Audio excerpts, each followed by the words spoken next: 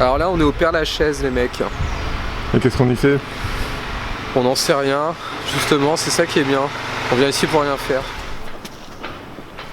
Tu te recueilles des fois? Jamais.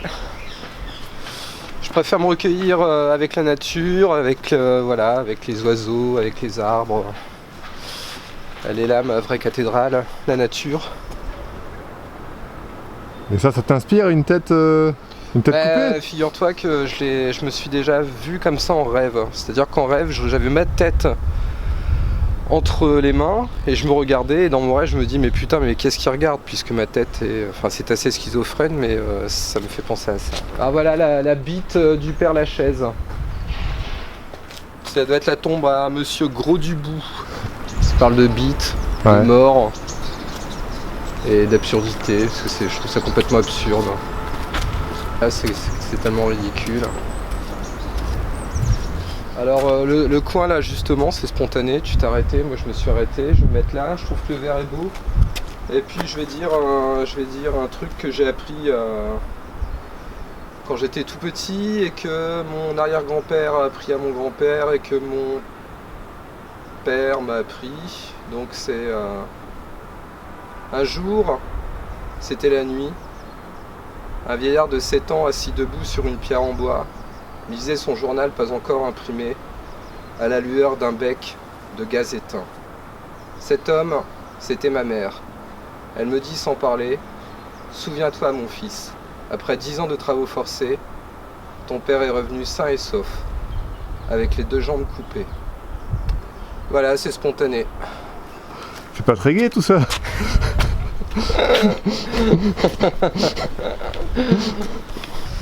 Là, il y a le plus beau cul du Père-Lachaise, on peut aller voir. Allez. 2 princesses. Alors la princesse Dolorouki et princesse Lambakov de Rostov. L'essentiel c'est que ce soit des princesses après. D'où elles viennent, on s'en fout, elles sont mortes. Exactement. Bah moi je suis athée et puis je suis un peu anarchiste donc voilà, la religion, la patrie, je la laisse aux autres quoi. Je préfère la liberté, même si c'est dur à définir, mais j'essaie de tendre à un maximum de liberté et de pas m'enfermer dans des cases, dans des conneries. C'est déjà assez compliqué comme ça.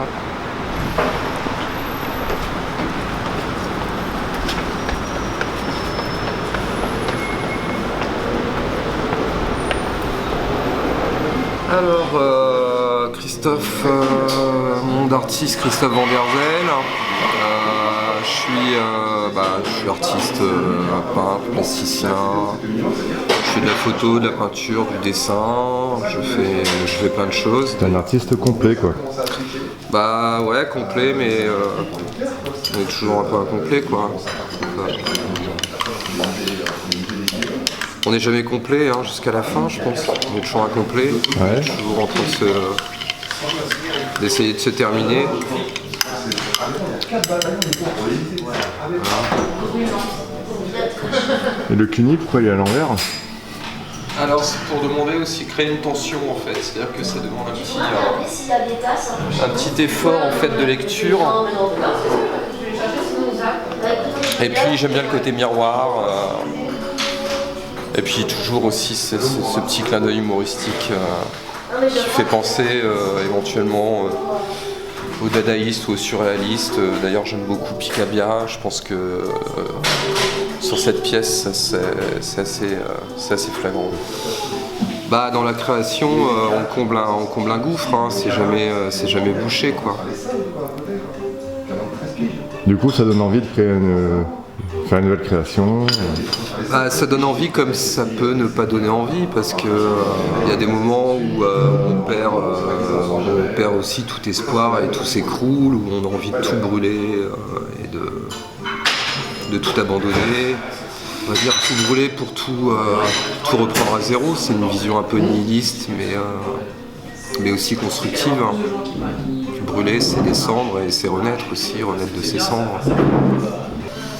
Alors là, le noir, j'avais commencé le noir, c'est un noir que je fabrique moi-même quand j'étais en deuxième ou troisième année aux Beaux-Arts, et puis qui m'est resté, mais j'ai fait quelques pièces sur fond blanc, mais on va dire que entre le noir et le blanc, pour moi, enfin le noir c'est aussi... Le noir c'est l'inconnu, et puis c'est le domaine où tout est possible, c'est l'inconscient, et j'aime bien partir du rien. Donc pour moi le noir c'est le néant, c'est le rien, et comment dire, il y a aussi beaucoup d'humour dans mon travail, hein, parce que je pars du principe où l'art en fait c'est un jeu où on peut s'amuser mais sérieusement, voilà.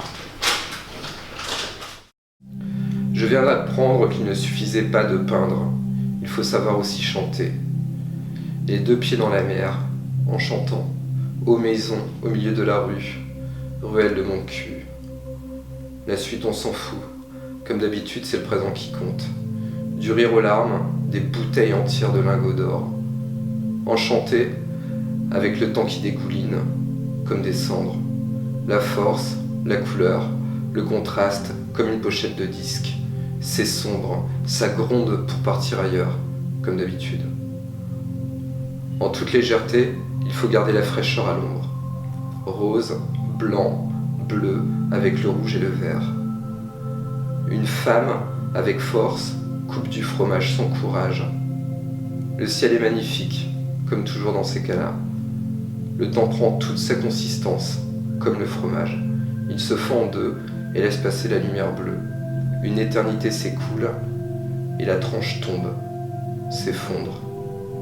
La fatigue tapisse la surface de mon ventre avec élégance.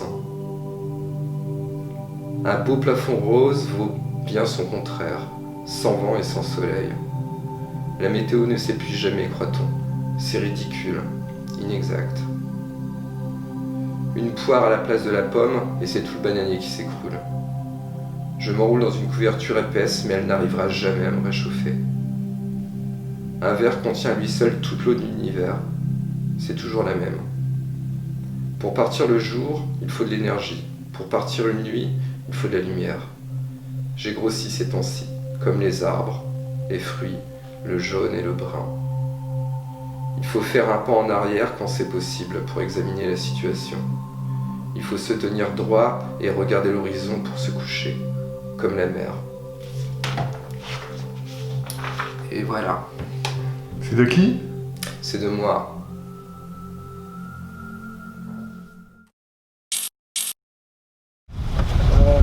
Chapelle.